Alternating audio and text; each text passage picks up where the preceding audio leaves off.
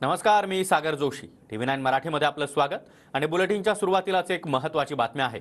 सत्ताधारी पक्षातील नेत्यांच्या कारखान्यांवर आता राज्य सरकार मेहरबान झाल्याचं दिसतंय. कारण अशोक चव्हाण यांच्या कारखान्याला थक हमीपोटी 147.79 कोटींची रक्कम देण्यात आली आहे. तर अजित पवार यांना पाठिंबा देणारे कल्याण काळे, त्याचबरोबर अमरसिंह पंडित आणि प्रशांत काटे यांना देखील राज्य सरकारकडून आणि राज्य सहकारी बँकेकडून आर्थिक मदत देण्यात आली आहे. मात्र पंकजा मुंडे यांच्या कारखान्याला अद्यापही मदत नाही.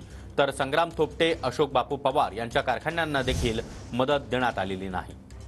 या संदर्भात अधिक माहिती देण्यासाठी आमचे प्रतिनिधी अक्षय मंकणी सध्या आपल्यासोबत आहेत. अक्षय, काय अधिक माहिती?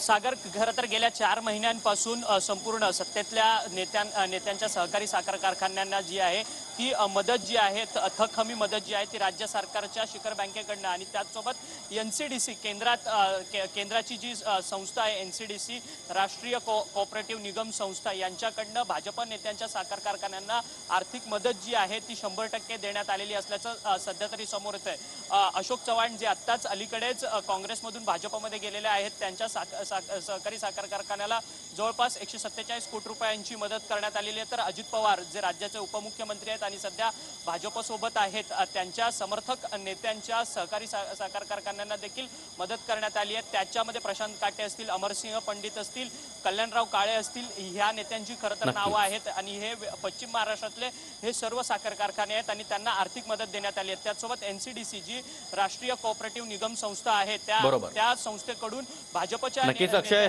धन्यवाद तुम्ही दिलेल्या या सविस्तर माहितीसाठी.